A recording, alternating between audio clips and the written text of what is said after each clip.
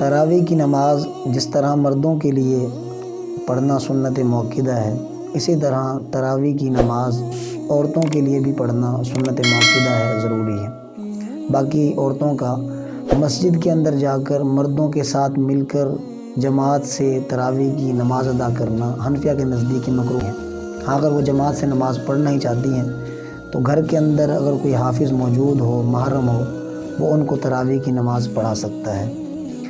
اگر یہ صورت نہیں بن سکتی، یعنی گھر میں کوئی حافظ محرم موجود نہیں ہے، تو پھر وہ فرداً جس طرح اپنی نمازیں پڑھتی ہیں اسی طرح وہ تراویح کی نماز بھی اپنے اکیلے ادا کر لیں۔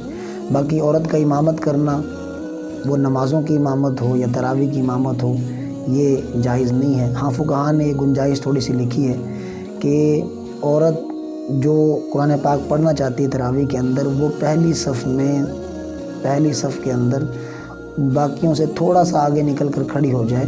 اس طرح آگے نکل کر کھڑی نہ ہو جس طرح کہ مسجد میں امام کھڑا ہوتا ہے، یہ صورت جائز نہیں۔ ہاں، تھوڑا سا آگے نکل کر کھڑی ہو جائے تو اس طریقے سے ایک جماعت کی شکل میں یہ تراویح کی نماز پڑھائی جا سکتی ہے۔